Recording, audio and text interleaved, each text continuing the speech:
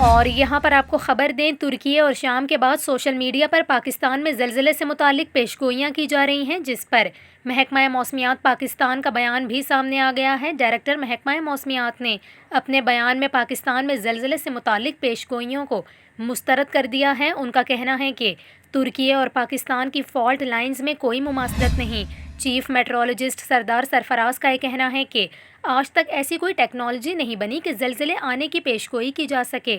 زلزلہ کبھی بھی آ سکتا ہے، اس کا کوئی وقت مختص نہیں۔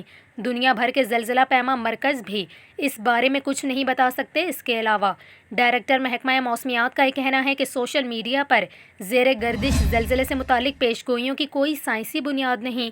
پاکستان کا اپنا state of the art monitoring system ہے جو ترکی اور شام کی صورتحال اور آفٹر شاکس مانیٹر کر رہا ہے۔ اس کے علاوہ ان کا مزید کہنا تھا کہ پاکستان کی 2/3 آبادی فالٹ لائن پر ہے۔ 2005 اور 2013 میں انہی فالٹ لائنز پر زلزلے آئے تھے، جس کے باعث شدید جانی و مالی نقصان برداشت کرنا پڑا تھا۔ پاکستان میں کشمیر، شمالی علاقہ جات، بلوچستان، سبی سمیت نارتھ اور ایسٹ زون فالٹ لائن پر ہیں۔